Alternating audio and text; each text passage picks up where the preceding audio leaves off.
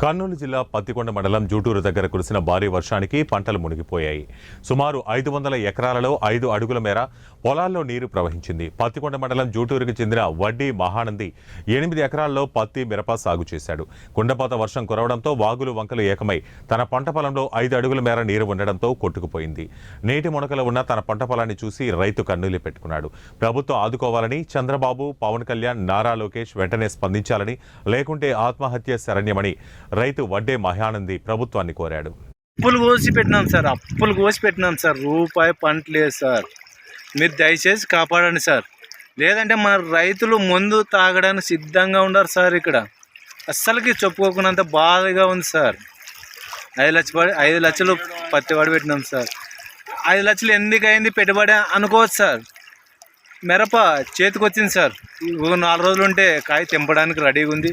పత్తి కూడా ఒక 4-5 రోజులకి, అది కూడా ఒక వారం ఉంటే అది కూడా పత్తి తీయడానికి సిద్ధంగా ఉంది సార్. అట్లా చేను వాగు వచ్చి కన్నుగా కొట్టిపోయింది సార్. మా రైతు చాలా ఇబ్బందిలో ఉంది సార్. ఇక్కడ కర్నూలు జిల్లా పత్తికొండ మనం జూటూరు గ్రామంలో సార్ చాలా ఇబ్బందిలో ఉన్నాం సార్. కాపాడండి సార్. పవన్ అన్నకి, లోకేష్ బాబుకి, నారా చంద్రబాబు నాయుడుకి తెలిపి ఒక కిలపు చేయండి సార్.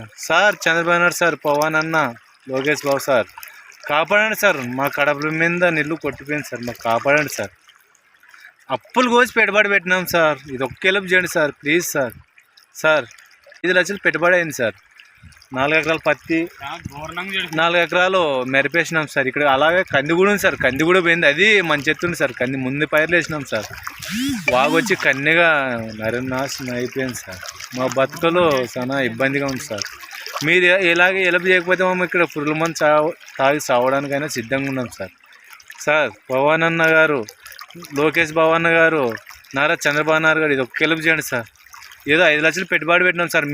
మీ హెల్ప్ చేసిన